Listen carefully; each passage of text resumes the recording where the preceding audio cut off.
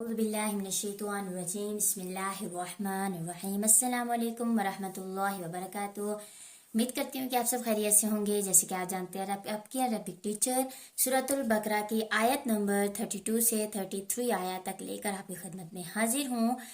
आपको पहले रूल के साथ पढ़ाऊंगी, यानी आपको आया पढ़कर बताऊंगी और उसके बाद ये भी बताऊंगी कि यहाँ पर कहाँ पर मोटा करना है, कहाँ पर स्ट्रेच करना है, कहाँ पर गुन्ना करना है, कहाँ पर मद करनी है। ऑल ऑफ देम जितने भी रूल इस आया में हो रहे होंगे वो मैं आपको बताऊंगी और उम्मीद करती हूँ कि आप ये वीडियो लास्ट तक जरूर देखिएगा और उसके बाद इंशाल्लाह और मुझे पूरी उम्मीद है कि आपको रूल समझ आ जाएंगे। मैं पूरी डिटेल के साथ बताने की कोशिश करूंगी।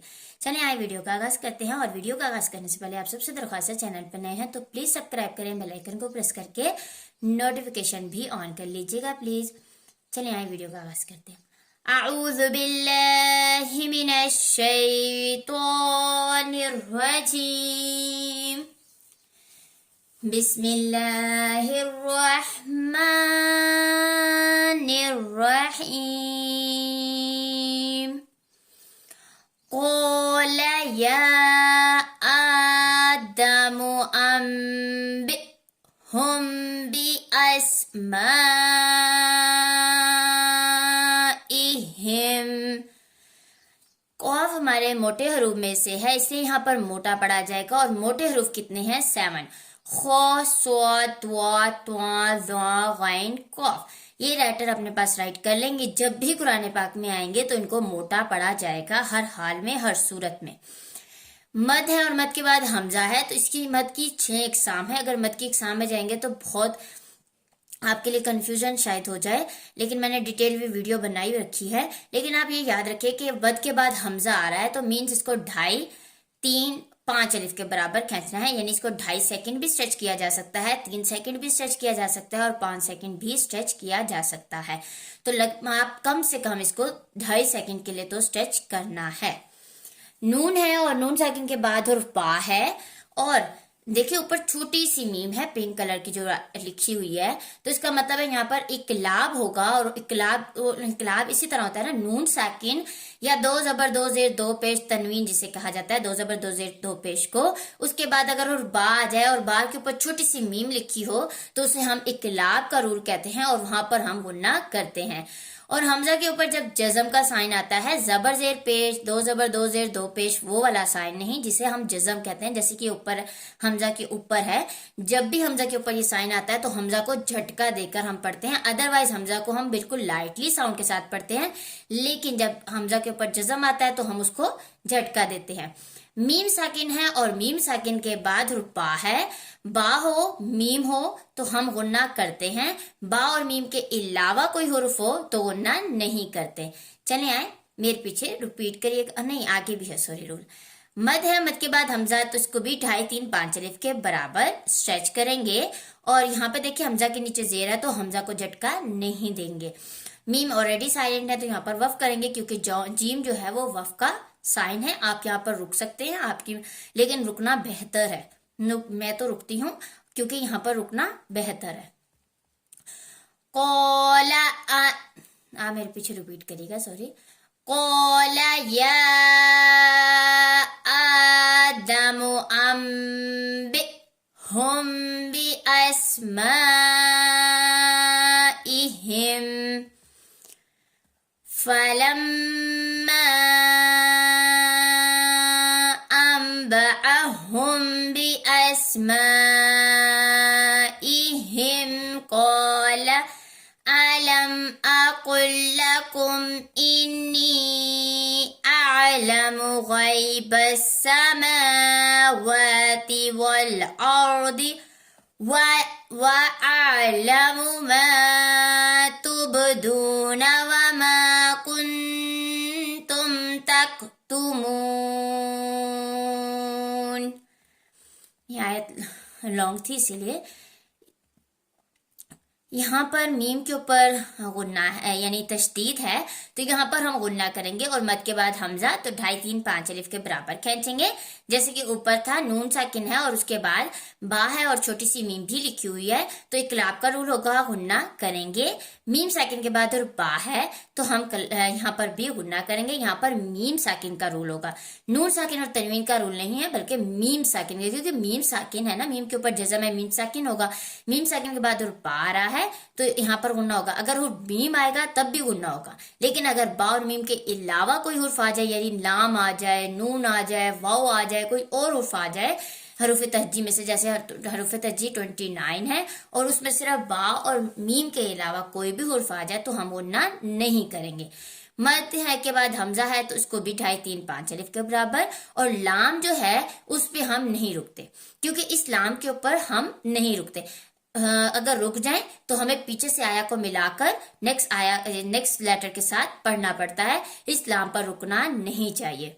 कॉफ को मोटा हरूफ है इसलिए मोटा पढ़ेंगे, जैसे कि ऊपर मैंने आपको बताया मोटे हरूफ कितने हैं इसलिए। और ये देखिए मीम साकिन के बाद हमजा आ गई है, तो अब यहाँ पर बा और मीम तो नहीं है ना, इसीलिए यहाँ पर गुन्ना नहीं करेंगे। कॉफ मोटे हरूफ में से मोटा पढ़ा जाएगा। मीम साकिन के बाद फिर से हमजा है तो गुन्ना नहीं करेंगे। नून के ऊपर तशदीद आ जाने की वजह से गुन्ना करेंगे।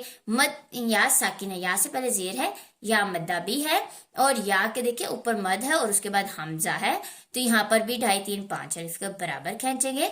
गैन मोटे हरूफ में से है और या साकिन है और उससे पहले जबर है, तो या लीन है, यहाँ पर स्ट्रेच नहीं करेंगे, लीन लेटर को स्ट्रेच नहीं करते। और लीन लेटर कितने हैं? 2, वाव लीन, या लीन। वाव साकिन हो, जिस वाव के ऊपर जज़म हो, वाव साकिन हो और उससे पहले जबर हो तो वाव लीन होगा, या साकिन हो और उससे पहले जबर हो तो या लीन होगा। जैसे कि यहाँ पर आप देख रहे हैं, या साकिन है और उससे पहले जबर है तो या लीन है, और लीन लेटर को स्ट्रेच नहीं करते।